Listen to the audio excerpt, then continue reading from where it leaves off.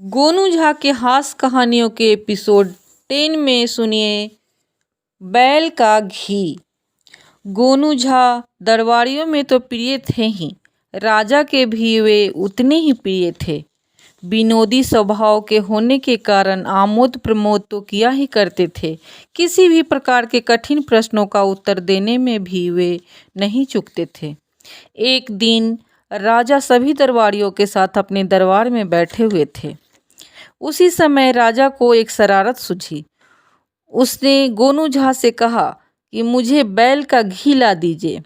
अगर आप बैल का घी नहीं ला सके तो आपको फांसी पर चढ़वा दूंगा। दरबार समाप्त होते ही गोनू झा 3 दिन का समय लेकर अपने घर चले गए और अन्न पानी त्याग कर अपने पलंग में गए। उनकी पुत्री जब भोजन करने के लिए उन्हें बुलाने गई तो उन्हें बहुत ही चिंतित देखा। उसने अपने पिता से इस चिंता का कारण पूछा। गोनू झा उदास होकर पुत्री से कहने लगे, बेटी, आज से मैं अन्न पानी नहीं ग्रहण करूंगा। क्यों पिताजी? बेटी, राजा ने मुझसे बैल का घी मांगा है। तुम ही बताओ, मैं बैल का घी राजा को कहाँ से ला कर दूंगा? अगर मैं बैल का घी राजा को नहीं दे सका तो वे मुझे फांसी पर चढ़वा देंगे। इस चिंता के कारण मुझे कुछ भी अच्छा नहीं लगता है।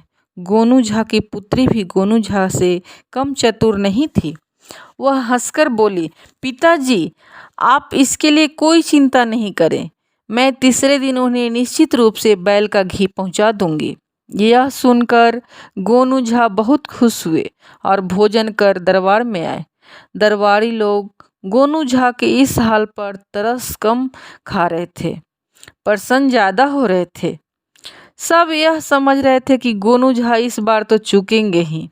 उसी दिन मध्यरात्रि में गोनू झा की पुत्री एक बकरी के बच्चे को काटकर उसके खून में एक धोती को रंगकर राज दरबार के पास वाले पोखरे में गई। वहां वह झूठ मूठ का रोने का बहाना कर चिल्लाती हुई धोती खींचने लगी। मध्यरात्रि में यह रोने की आवाज़ सुनकर लोग जुटने लगे।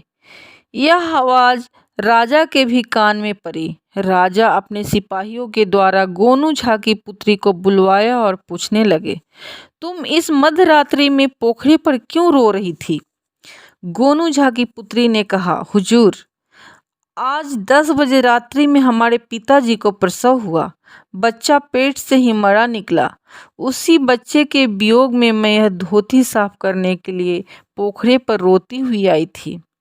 राजा गोनू झा की पुत्री के मुंह से ऐसी बात सुनकर क्रोधित हो गए। उससे पूछ बैठे, क्या तुम पगली हो गई हो? पुरुष को कहीं प्रसव होता है? गोनू झा की पुत्री ने कहा, हाँ दयानिधे, अगर पुरुष का प्रसव होना संसार में असंभव है तो बैल का घी कैसे संभव हो सकता? हमारे पिताजी को इसके लिए क्यों आज्ञा दी गई है? बैल भी तो पुल्लिंग ही है। यह सुनकर राजा सकते में आ गए। गोनू झा की पुत्री को पुरस्कार देकर विदा किया।